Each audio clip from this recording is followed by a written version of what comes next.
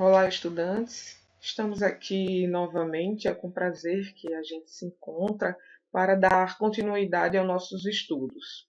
Vamos então prosseguir com o nosso componente hoje na nossa terceira aula, nossa quarta semana de estudos, nossa terceira aula. Nesta aula, nós teremos como objetivos reconhecer a metodologia e a forma de organização da EAD no campus virtual. Nós vamos também reconhecer as atribuições dos diferentes personagens da EAD, no caso, professor, tutor e estudantes. Vamos também identificar técnicas de estudo e leitura, bem como identificar regras de convivência em ambientes virtuais. Nós, nesses objetivos, temos de reconhecer a metodologia como atribuições. Por quê? Porque nós, com certeza, já vimos isso desde o início do nosso componente. A ideia é que a gente vá validar, vá consolidar os conhecimentos referentes a esses assuntos. Também vamos aqui apresentar a vocês técnicas de estudo e também algumas regras de convivência em qualquer ambiente virtual, certo? Então vamos à organização, né, do EAD e no campus do IFPE. Os cursos ou qualquer curso oferecerá no máximo 3 componentes curriculares simultaneamente. Então, isso implica que neste momento vocês devem estar estudando além deste, apenas mais 2 componentes. Ou seja, você pode ter pode ter mais um ou até mais 2 componentes, totalizando até 3 componentes no máximo. Também as semanas letivas do curso serão iniciadas sempre às quartas-feiras. Então, só consolidando, nós teremos uma nova aula, né, a cada quarta-feira, considerando que cada aula nós temos durante uma semana uma mesma aula. As aulas são divididas em semanas. E essa semana começa na quarta e vai terminar na terça-feira. Então aqui nós temos um exemplo em um calendário qualquer, onde a semana letiva começa no dia 4. Consequentemente, vai terminar na terça-feira, dia 10. Certo? Só um exemplo. E assim por diante. Então, a próxima semana letiva começaria no dia 11 e terminaria no dia 17, de acordo com este calendário que nós estamos visualizando. Também temos um caderno ou livro que contém a maioria dos assuntos que vão ser trabalhados por nós, certo? A maioria por quê? Logicamente, nós podemos indicar, ou vocês mesmos, pela sua própria autonomia, consultar outras fontes para enriquecer o seu conhecimento. Então, outras fontes de assuntos também são bem-vindas. Então, mas a maioria do seu assunto vai estar lá contido no seu caderno, no seu livro, né, da semana ou do componente. Também há informações aqui referentes ao seu polo de apoio. Vejam bem, no laboratório de informática do polo de apoio presencial, o estudante dispõe de computadores para acesso gratuito em horário pré-agendado pelo seu tutor presencial. O tutor presencial, aliás, é um personagem também que daqui a pouco nós iremos tocar neste assunto. Qual o tempo e duração do componente? Vamos ver. A duração do componente curricular vai depender da carga horária. Por exemplo, o nosso componente curricular, a ambientação da educação, do estudo à distância, ele tem carga horária de 30 horas e será desenvolvido em 4 semanas, ou está sendo desenvolvido, né? A primeira semana que já foi a de apresentação e as 3 semanas de estudo, na qual estamos na terceira. Então, sendo a última destinada à avaliação presencial. Ok? Então, isso vai estar e já deve estar com vocês o calendário para vocês irem acompanhando essas datas. Também um componente curricular pode ter uma ou mais avaliações presenciais. Isso vai depender da sua carga horária. No nosso componente, com carga horária de 30 horas, só haverá uma avaliação presencial. Como é que funciona o sistema de avaliação aqui do IF? A média 6, obtida pelo conjunto das atividades realizadas através do ambiente virtual e também através da avaliação presenciais. Média 6, porque o nosso curso é técnico, lembram? Para o curso de graduação, a média já passará a ser 7. Então, todas as atividades virtuais e presenciais devem obter, no mínimo, média 6. Como é que é feito esse cálculo? Assim, ó, as atividades virtuais têm peso 3 e a avaliação presencial tem peso 7. Então, com a soma dessas duas dividido por 10, nós obteremos a média do seu componente curricular. Simples, é simples essa conta, não é? Mas também haverá chance de segunda chamada. Quando é que se utiliza a segunda chamada? Quando o estudante perde a avaliação presencial, certo? Exceto o exame final. Então, conforme estabelece a organização acadêmica. Há até uma questão aí de legalidade, né? Existe aí alguns pontos que vocês podem consultar no nosso material da semana ou no nosso contrato pedagógico, também traz informações sobre a segunda chamada. Mas assim, ó, o estudante terá 3 dias úteis para requerer no polo, lá onde você se matriculou, a segunda chamada de avaliação presencial, desde que comprove ter havido um dos motivos previstos por lei. Como eu falei para vocês, questões legais, certo? Consultem o nosso material, vejam o dessa semana também, o livro dessa semana, a terceira parte do nosso material, e vocês vão ter aí as questões previstas em leis, tá certo? Também temos direito ao exame final, apenas para quem não foi aprovado por média, mas também deve ter obtido média igual ou superior a 2, tá certo? Então, se você obteve menos de 2 como média, você não vai para a final. E tem que ter participado de 60% das atividades programadas no ambiente virtual de aprendizagem. Por isso é muito importante a sua participação no ambiente. Lembrando que vocês vão ter também avaliação de desempenho lá no ambiente. A média para aprovação no exame final também é 6. Encontros presenciais. A gente já deve ter tido algum nesse componente ou em outros componentes, mas vale aí mais algumas informações. Como eu falei, para consolidar o nosso conhecimento. Ocorrem para socialização e interação de conhecimentos entre professores e estudantes. O desenvolvimento de atividades práticas em laboratórios quando proposto um projeto pedagógico. Pode haver componente curricular que vocês utilizarão o laboratório para consolidar aí, algum conhecimento. E também é utilizado o encontro presencial para que sejam realizadas as avaliações presenciais. Também para apresentação de trabalho e outras estratégias pedagógicas. Também existe a possibilidade de uma prática profissional supervisionada. Vamos ver quando. Onde serão desenvolvidas atividades para viabilizar um aprimoramento maior, né? E também ter uma compatibilidade com o mundo real de trabalho, né? Na área de formação. Certo. Agora nós teremos aí a definição de alguns papéis que nós já estamos colocando em prática, por isso nós vamos reconhecer essas definições, certo? Por exemplo, existe o papel do coordenador de cursos. Ele é o responsável pela infraestrutura do curso, o calendário acadêmico e a articulação dos professores para os componentes curriculares e cuidar do funcionamento do curso. Bem, como em um curso presencial, o curso à distância também exige um papel fundamental como o do coordenador de curso.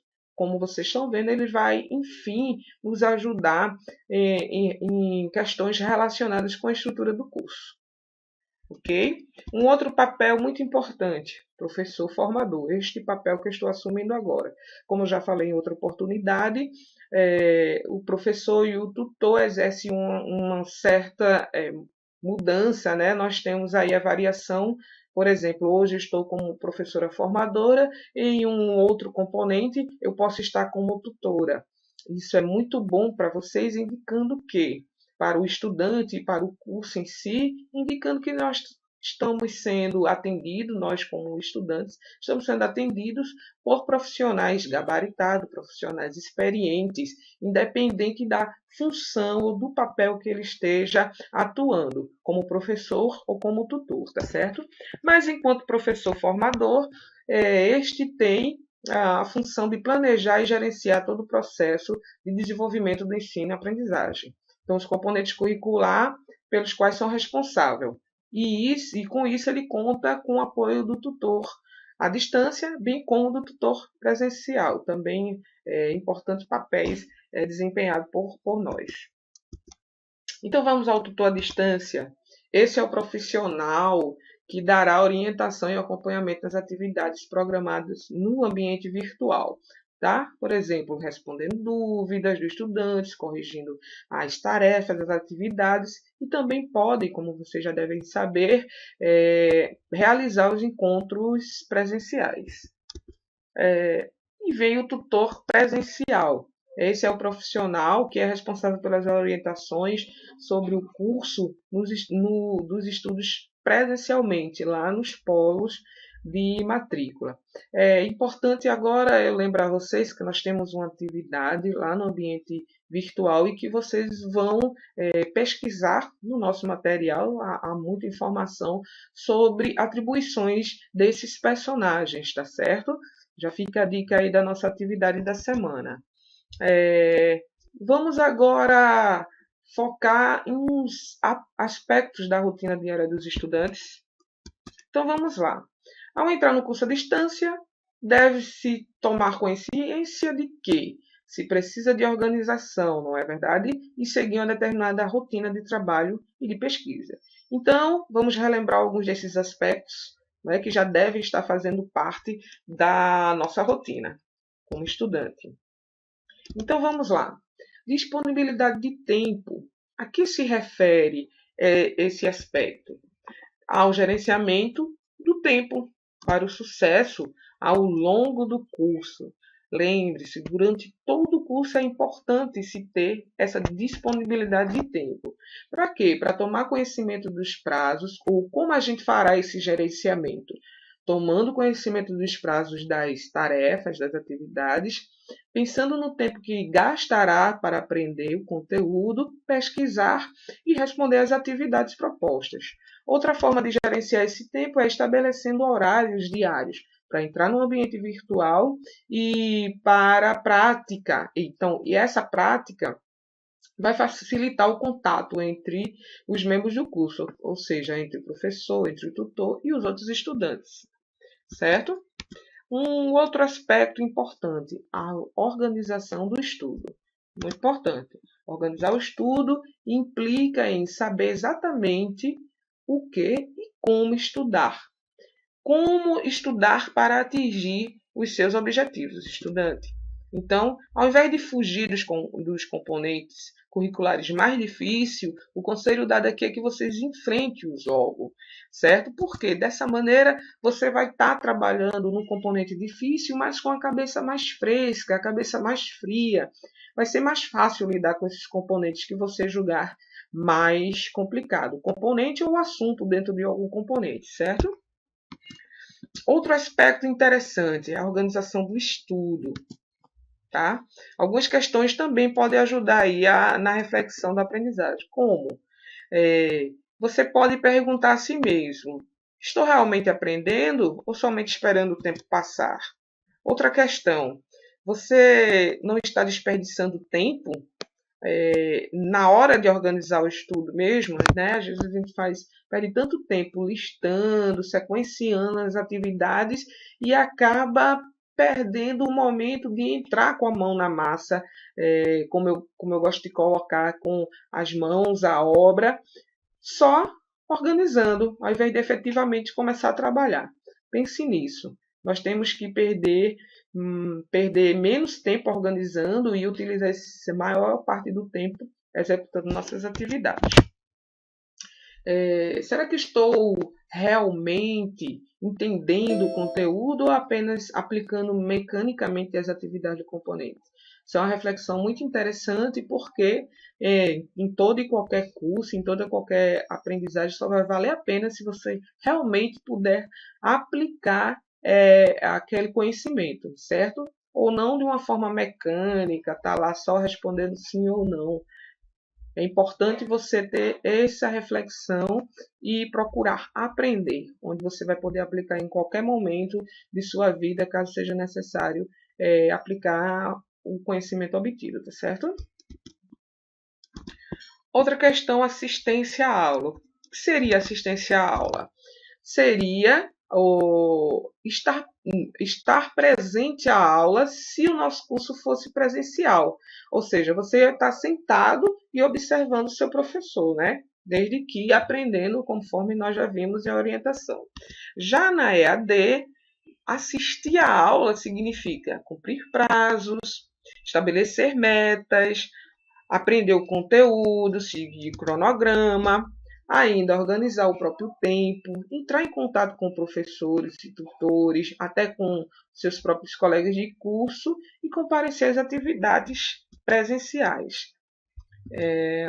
Também podemos acrescentar aí a assistência à aula, responder aos exercícios propostos, pesquisar materiais, participar, fóruns, chats, grupo de discussões e outros, tá?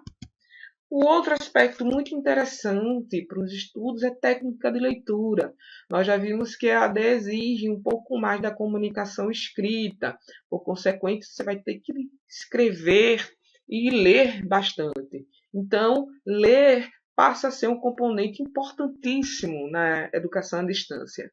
Então, pode-se utilizar diversos recursos, como que o computador ou o caderno mesmo pode oferecer, como anotar as dúvidas.